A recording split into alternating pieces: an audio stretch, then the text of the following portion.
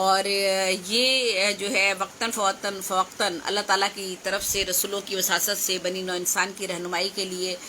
جو ہے وہ یہ الہامی کتب یا آسمانی کتب یا اللہ کی جانب سے کتب جو ہیں وہ نازل فرمائی جاتی رہی ہیں، اور دوسرے الفاظ میں یہ کہیں کہ یہ کلام الہی ہوتا ہے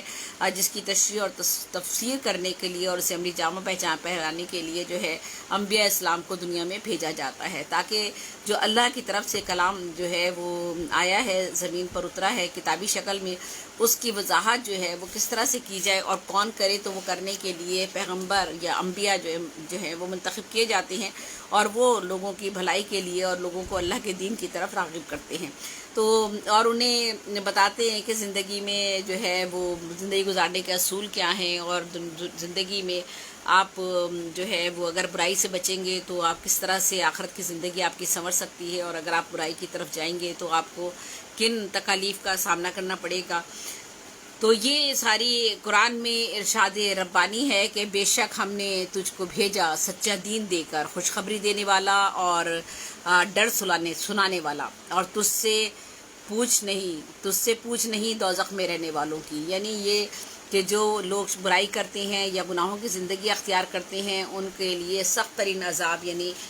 دوزخ جو ہے وہ جو ہے ان کے لیے منتخب کی جائے گی، اور اللہ تعالیٰ جو ہے ہمیں اس کو دوزخ کے عذاب میں ہمیں جو ہے وہ ہمیں سہنا پڑے گا، برداشت کرنا پڑے گا۔ تو اسی لیے ہمیں بتا دیا گیا ہے کہ ہمیں جو کتابیں آپ پر بھیجی گئی ہیں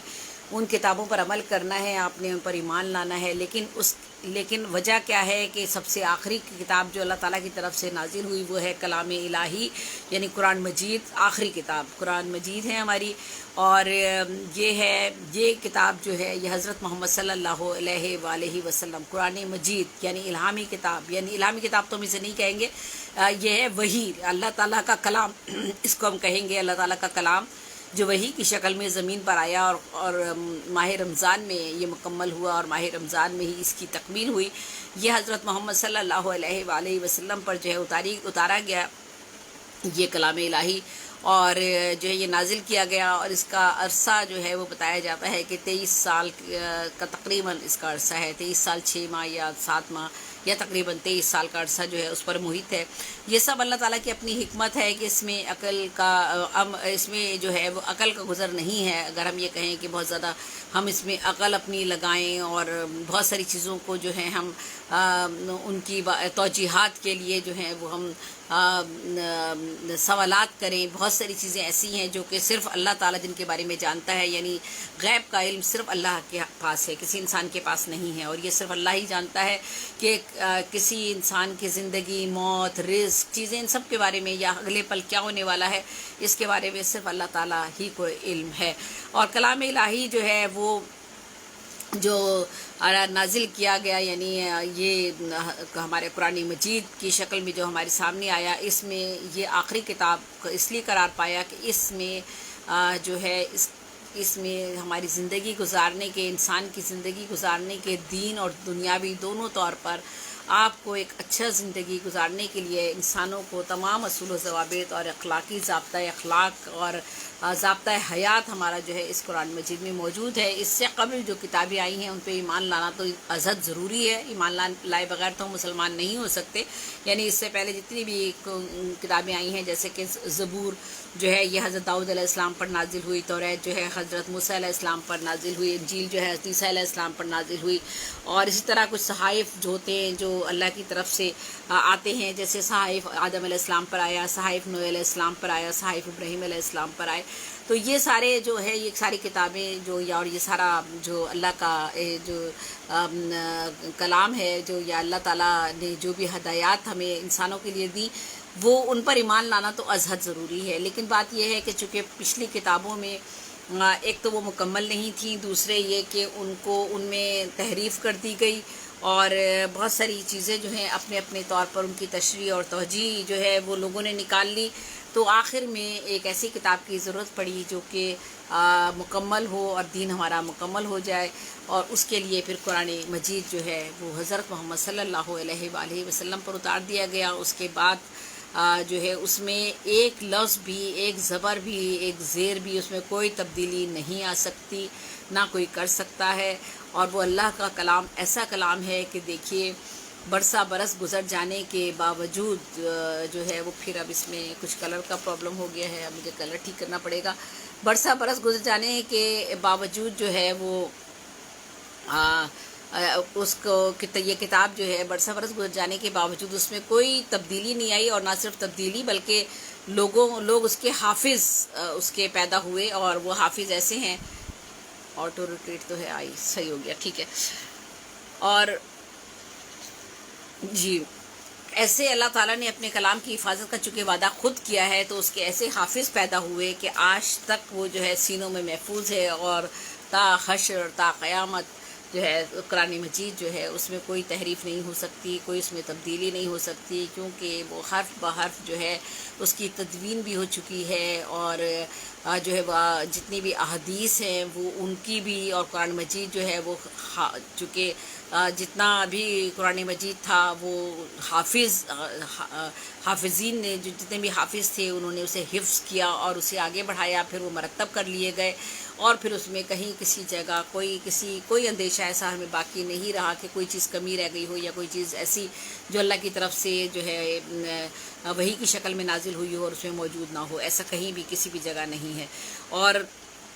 یہی وجہ ہے کہ قرآن مجید کی جو اہمیت ہے وہ مسلمانوں کے لیے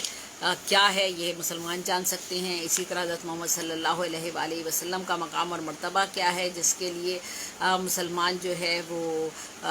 ہر اپنی جانی قربانی دینے سے بھی، قربانی کیا جان دینے سے بھی دریغ نہیں کرے گا ایک مسلمان، اگر کوئی حضور کے بارے میں یا قرآن مجید کے بارے میں یا اللہ کے بارے میں جو ہے وہ کسی بھی قسم کی کسی ایسی بات کا اظہار کرے جو کہ ناگوار ہو یا نامناسب بات ہو۔ تو بے شک ہم نے اس ارشاد ربانی ہے کہ بے شک ہم نے اس قرآن کو نازل کیا اور ہم ہی اس کے محافظ ہیں، تو بے شک یہ وہ قرآن ہے جس میں اللہ تعالیٰ نے خود جس کے لیے کہہ دیا کہ ہم نے اس کو نازل کیا ہے اور ہم خود ہی اس کے جو ہے محافظ ہیں۔ اور یہ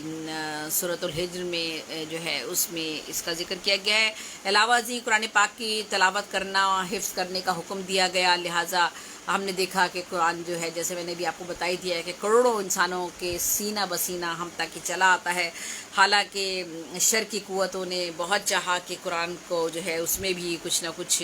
ایسی چیزوں کا کچھ کیا جا سکے، لیکن ایسا اللہ نے اپنے قرآن کی حفاظت کی خود چونکہ ذمہ داری لی ہے، اس وجہ سے قرآن ہمارا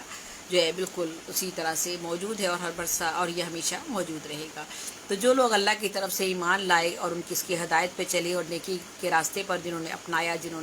اور انہوں نے اس کتاب سے، اس قرآن سے ہدایت لی اور حلال اور حرام کی تمیز کی، اچھائی اور برائی کو پہچانا، تو وہ ان کا ایمان کامل ہوا اور یا ان کا ایمان مکمل ہوا۔ اور جن لوگوں نے اس سے انحراف کیا وہ اللہ کی سزا کے مستحق اور مستحق قرار پائیں گے اللہ کے ہاں، اور ہمارا اعمال نامہ جو ہے وہ لکھا جاتا ہے، لکھا جاتا رہے گا۔ اب جو اگلی بات میں آپ سے کرنے چاہ رہی ہوں وہ یہ ہے کہ قرآن مجید کا نزول، تو جبل نور جو ہے وہ آج بھی اس بات کا گواہ ہے، جبل نور آج بھی اس بات کا گواہ ہے کہ دنیا کے رہبر کامل کا پیشتر وقت حقیقت کاملہ کی تلاش میں اس جگہ گزرتا تھا۔ یعنی ہم سب جانتے ہیں، اور چونکہ ان ساری باتوں کا علم ہے اور میں بہت سے موضوعات پر بات چیت آپ لوگوں سے کر بھی چکی ہوں، تو جبل نور آج بھی اس بات کا گواہ ہے کہ دنیا کے رہبر کامل کا پیشتر وقت حقیقت کاملہ کی تلاش میں اس جگہ گزرتا تھا۔ آپ جستجو حق میں اسی پہاڑ پر آتے تھے، ذکر الہی میں مشغول رہتے اور ظہور حق کی دعا مانگتے۔ وقت آ گیا تھا کہ لاتو بلکہ خدائی کا طلسم توڑ دیا جائے، یعنی جتنے بھی بت ہیں ان کا جو ایک طلسم ہے اس کو توڑ دیا جائے۔ وقت آ گیا تھا کہ دعائے خلیل پیکر نبوت زیب تن کرے۔ وقت آ گیا تھا کہ اللہ کے جلال و جمال کی تجلیاں جو ہے وہ نازل ہو جائیں۔ فرشتوں کو حکم ہوا کہ غار حرا کو منور کر دیا جائے، اور رب العالمین کا پاک کلام نازل ہونے والا ہے۔ خدا کی رحمتوں کی بارش ہونی شروع ہوئی، ہدایت کے فرشتے زمین پر اترنے لگے، آسمانوں پر تجلیاں بکھرنے لگیں۔ یہ ہے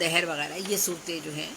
مدنی صورتیں ہیں۔ تو کچھ صورتیں مکے میں نازل ہوئیں، مکے میں زیادہ صورتیں نازل ہوئیں، اور مدینے میں چونکہ ایک عرصہ مدینہ مکے میں بہت عرصہ زیادہ عرصہ گزرا تھا، تو مکے میں زیادہ صورتیں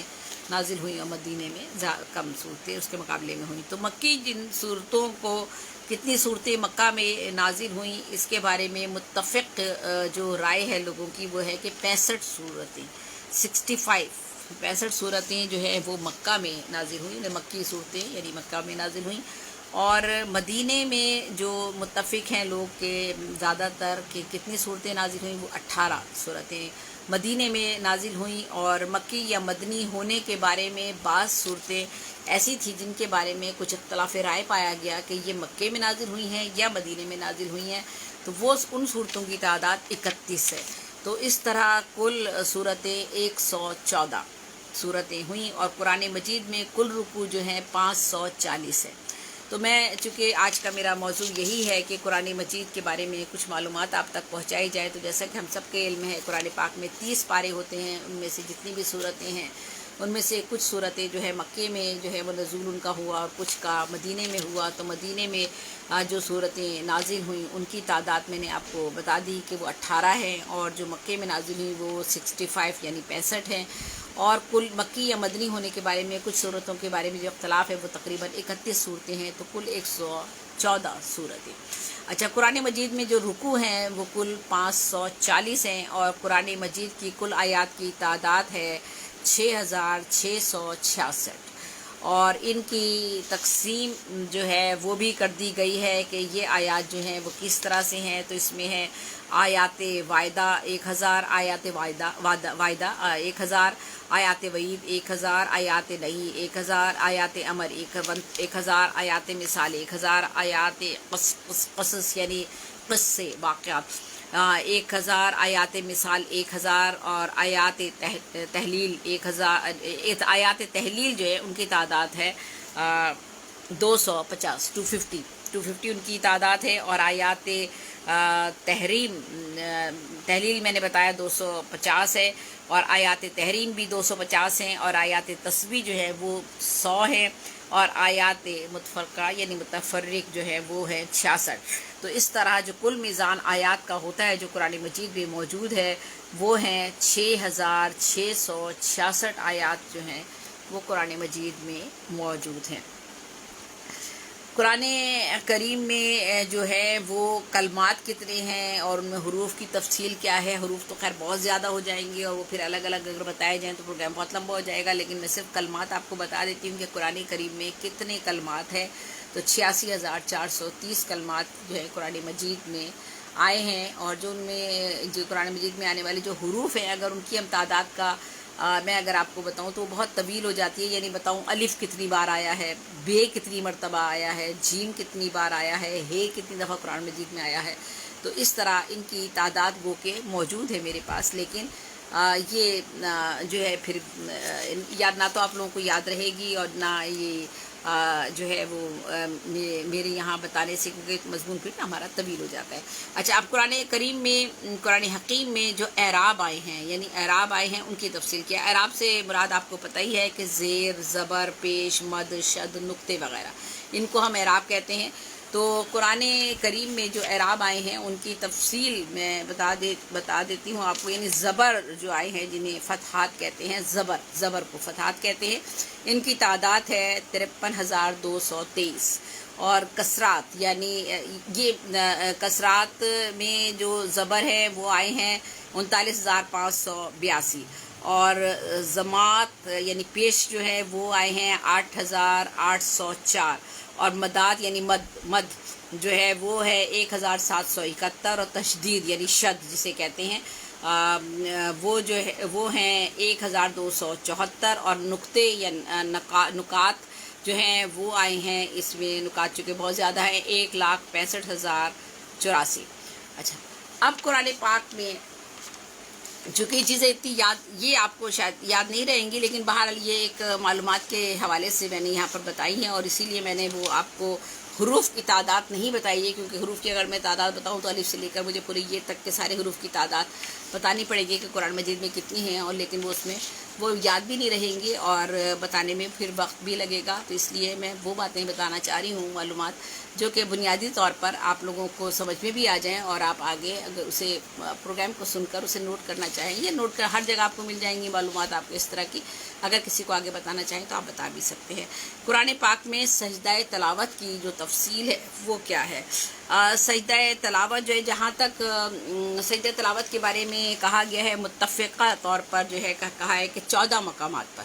سجدہ تلاوت آتا ہے. سجدہ تلاوت پہ میں ایک پورا پروگرام الگ سے کر چکی ہوں سجدہ تلاوت پر، اور وہ اس کے احکامات کیا ہیں، کس طرح سے کرنا چاہیے، کن کن کو کرنا چاہیے، کس کن پر ہوتا ہے، وہ میں پروگرام الگ سے کر چکی ہوں. ایک تو سجدہ تلاوت جو ہے وہ قرآن پاک میں 14 مقامات پر آتا ہے، اور اختلافی یہ ہے کہ ایک مقام اختلافی ہے اس کے بارے میں، اسی لیے 14 جو ہے وہ جو ہے متفقہ طور پر ہے کہ ہاں 14 مقام پر جو ہے سجدہ تلاوت جو ہے آتا ہے. اچھا، جن انبیاء اکرام کے قصص قرآن پاک میں موجود ہیں ان کے نام ہیں حضرت آدم علیہ السلام، حضرت نوح علیہ السلام، حضرت ادریس علیہ السلام، حضرت ہود علیہ السلام. یہ کچھ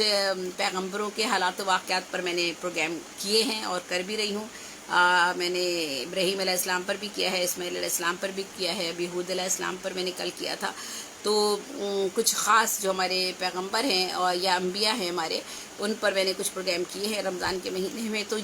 جن انبیاء کا ذکر قرآن مجید میں آیا ہے، ان کے حالات اور واقعات اور قصے اور ذکر کیا گیا ہے، ان کے نام میں آپ کو بتا رہی ہوں. قرآن مجید میں جن کے نام آئے ہیں: حضرت آدم علیہ السلام، حضرت نوح علیہ السلام، حضرت ادریس علیہ السلام، حضرت ہود علیہ السلام، حضرت صالح علیہ السلام، حضرت ابراہیم علیہ السلام، حضرت اسماعیل علیہ السلام، حضرت اسحاق علیہ السلام، حضرت یعقوب علیہ السلام، حضرت لوط علیہ السلام، حضرت یوسف علیہ السلام، اور حضرت شعیب علیہ السلام، حضرت موسیٰ علیہ السلام، حضرت ہارون علیہ السلام، حضرت یوشع بن نوان علیہ السلام، حضرت داؤد علیہ السلام، حضرت سلیمان علیہ السلام، اور حضرت عزیر علیہ السلام، حضرت یحییٰ علیہ السلام، حضرت زکریا علیہ السلام، حضرت عیسیٰ علیہ السلام، اور خاتم النبی حضرت محمد صلی اللہ علیہ وآلہ وسلم. یعنی یہ 22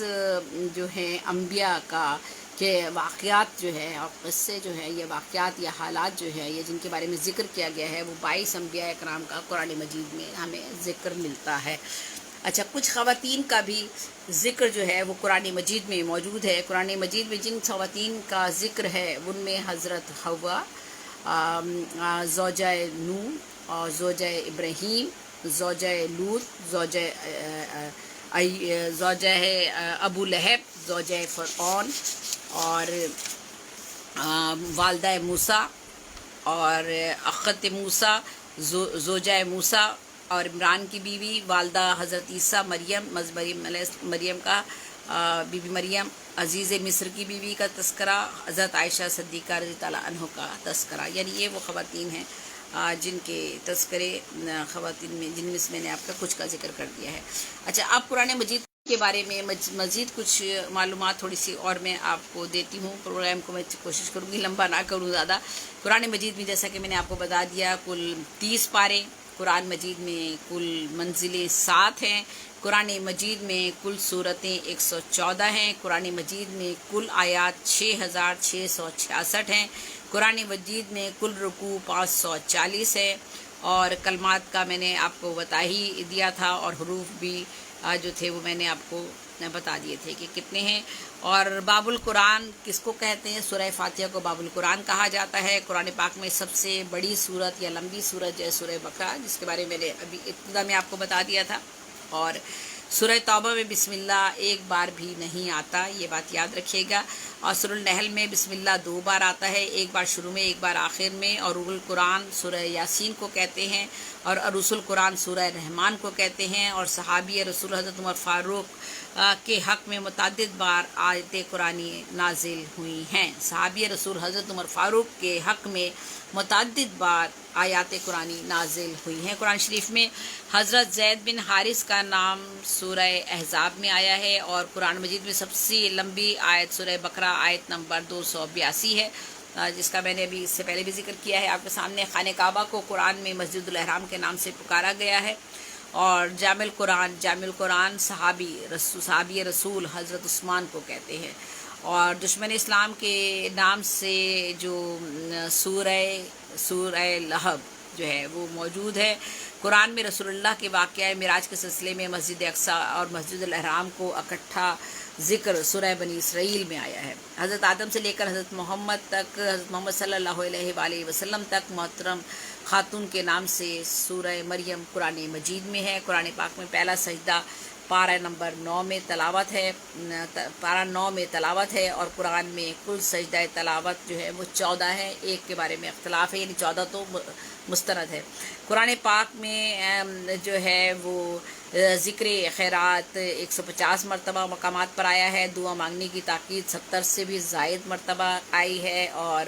حی النبی 22 مرتبہ آیا ہے۔ قرآن مجید میں نماز کی تاکید 700 مقامات پر کی گئی ہے، 700 مقامات پر قرآن مجید میں نماز کی تاکید کی گئی ہے۔ قرآن مجید کی سورہ یوسف میں بیان کردہ قصے کو احسن القصص کہا گیا ہے، یعنی خوبصورت قصہ۔ تو قرآن مجید میں سورہ یوسف کے حوالے سے یہ جو ہے اس قصے کو سب سے خوبصورت قصہ کہا گیا ہے۔ قرآن مجید لکھوانے کا کام حضرت ابوبکر نے شروع کیا تھا۔ قرآن مجید کے پہلے حافظ حضرت عثمان تھے، حضرت عثمان رضی اللہ عنہ تھے۔ قرآن مجید میں حضرت موسیٰ کا ذکر سب سے زیادہ آتا ہے۔ قرآن مجید میں جبریل کا لقب جو ہے روح الامین آتا ہے۔ تو یہ وہ بنیادی معلومات ہیں جن کا میں نے قرآن کے حوالے سے آپ کو یہ معلومات جو ہیں وہ مہیا کی ہیں۔ لیکن قرآن مجید اور کاتبین وحی پر میں ایک الگ سے پورا ایک میں نے یہ موضوع رکھا ہوا ہے، چونکہ اصل میں گلوبل پر پروگرام کم ہو رہے ہیں، دوسرے چینلز پہ زیادہ کر رہی ہوں۔ تو اس میں یہ قرآن مجید جو ہے وہ ان کے کاتبین وحی کون کون سے ہیں، کنہوں نے کس نے جو ہے، یعنی قرآن پاک جیسا کہ میں نے بتا ہی دیا کہ 23 برس کی مدت میں اترا تھا۔ حضرت صلی اللہ علیہ وآلہ وسلم مبارک کا 31واں سال تھا۔ آپ پر غار حرا میں کلام پاک کی پہلی وحی اتری تھی، اور جیسا کہ علم ہے کہ ہجرت نبی صلی اللہ علیہ وآلہ وسلم کے 10ویں برس قرآن مجید کی تکمیل ہوئی، اور اس کا اعلان اللہ نے ان الفاظ میں فرمایا، آج میں نے تمہارے لیے تمہارے دین کی تکمیل کر دی ہے، تم پر اپنا ایمان مکمل کیا اور تمہارے لیے دین اسلام پسند کیا۔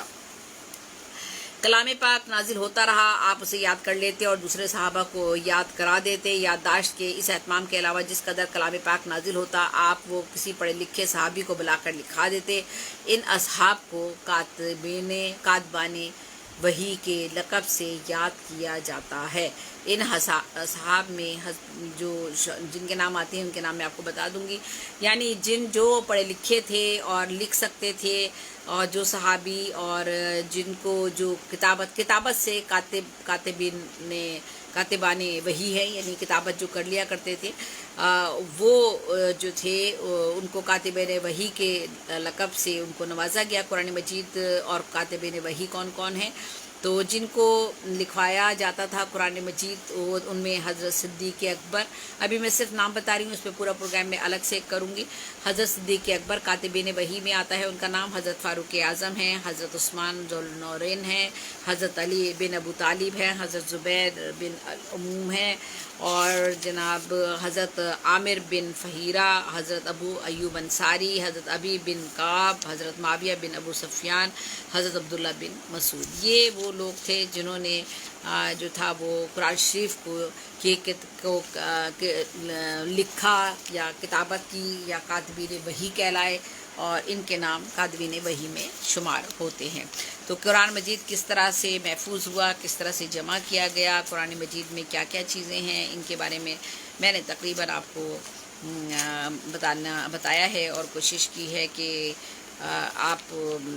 جو بنیادی معلومات ہیں قرآن کے حوالے سے وہ آپ تک پہنچ جائیں، اور آپ کے علم میں یہ بھی بات آ جائے کہ قرآن کی ہماری زندگی میں کیا اہمیت ہے، اور قرآن جو ہے وہ کیا ہے۔ دیکھیے قرآن کے بارے میں جیسے میں پھر سے آپ کو بتاتی ہوں کہ رسول اللہ صلی اللہ علیہ وآلہ وسلم کو عطائے نبوت سے پہلے غار حرا میں سنت ابراہیمی کے مطابق اللہ تعالیٰ کی عبادت حضور کیا کرتے تھے۔ حضور نے جو تھا وہ جب وحی نہیں نازل ہوئی تھی اس کے 3 سال پہلے سے جو تھے وہ چلے جایا کرتے تھے غار میں اور غار حرا میں، اور وہاں جا کے بیٹھ کے اللہ تعالیٰ کی عبادت کیا کرتے تھے. ادھر اللہ تعالیٰ اپنے محبوب بندے کو نوازنے کا بندوبست فرما رہا تھا، اور ان کی عبادت اور ان کی جو تھی نیکی اور ان کے خصائل وہ پورے علاقے میں جو تھے وہ لوگوں کی زباں پر تھے. وہ صدق و امین مشہور تھے اپنے کام کی، اپنے خصائل کی وجہ سے، خوبیوں کی وجہ سے. حضور صلی اللہ علیہ وآلہ وسلم جب سارا بندوبست مکمل ہو گیا اللہ کی طرف سے، تو اللہ تعالیٰ نے اپنی حکمت کاملہ سے قرآن مجید کی تنزیل کا سلسلہ جو تھا وہ شروع فرمایا. اور تنزیل قرآن کا زمانہ کون سا ہے، اس سلسلے میں ہم حتمی طور پہ تو کچھ نہیں کہہ سکتے. البتہ یہ معلوم ارشاد خداوندی ہے کہ رمضان کا وہ مہینہ جس میں قرآن نازل کیا گیا. سورہ بقرہ میں کہا گیا. پھر دوسری جگہ ارشاد ہوا کہ ہم نے یہ قرآن شب قدر میں نازل فرمایا. اس سے ظاہر ہوتا ہے کہ قرآن مجید رمضان المبارک کی ایک رات میں نازل فرمایا گیا، جسے قرآن نے لیلۃ القدر کے نام سے موسوم کیا ہے. یا اس رات کو مکمل ہوا، یا اس رات میں نازل فرمایا، یا یوں کہا جا سکتا ہے اس بارے میں مکمل طور پر کہ کسی بھی ایک طاق رات میں اب جو آئے گی لیلۃ القدر پہ میں ایک پروگرام کروں گی انشاءاللہ. اس دن اللہ تعالیٰ نے مجھے زندگی اور صحت دی، اس کا بھروسہ نہیں ہوتا کچھ بھی ایک لمحے کا بھی. تو انشاءاللہ لیلۃ القدر پہ بھی میں نے پروگرام کرنا ہے. تو اب جب کیفیت تنزیل قرآن کیا تھی، جب وہ خداوند کریم نے اس قول کے مطابق کہ یہ قرآن مجید جو ہے محفوظ تختیوں پر لکھا گیا، اس سے ظاہر ہوتا ہے کہ قرآن مجید جو ہے وہ محفوظ ہے، اور خود اللہ تعالیٰ نے اس کی حفاظت کا جو ہے وہ وعدہ کیا ہے. تو اب وہاں سے قرآن مجید کا نزول کس طرح ہوا، اس بارے میں مختلف روایات ہیں، اور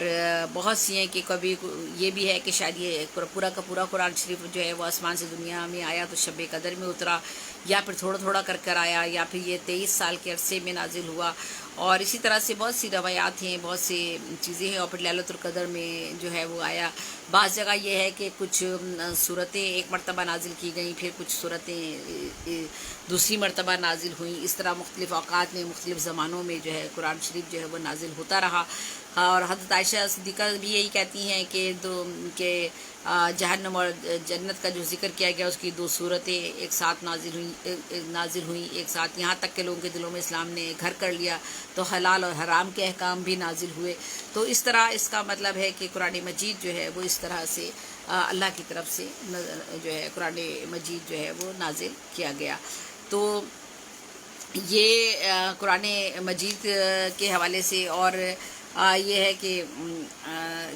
بعض جگہ یہ ہے کہ 5 آیتیں اترتی ہیں، بعض نے کہا کہ 5 آیتیں حضرت جبریل علیہ السلام لے کر آیا کرتے تھے، کبھی کچھ زیادہ آیتیں آتی تھیں یا صورتوں کی شکل میں نازل ہوتا تھا. اور اسی طرح سے یہ ذکر ہے جو اس کے بارے میں. تو یہ چیزیں جو ہیں سب غیب کا علم ہے، اللہ تعالیٰ بہتر جانتا ہے. نزول قرآن کے لحاظ سے آخری آیت سورہ بقرہ کی ہے، جس میں اللہ کا ارشاد ہوتا ہے کہ اور اس دن سے ڈرو جب کہ تم اللہ کے حضور میں لوٹ کر جاؤ گے، پھر ہر شخص اپنے اپنے اعمال کا پورا بدلہ پائے گا اور کسی پر کوئی زیادتی نہ ہوگی. تو یہ جو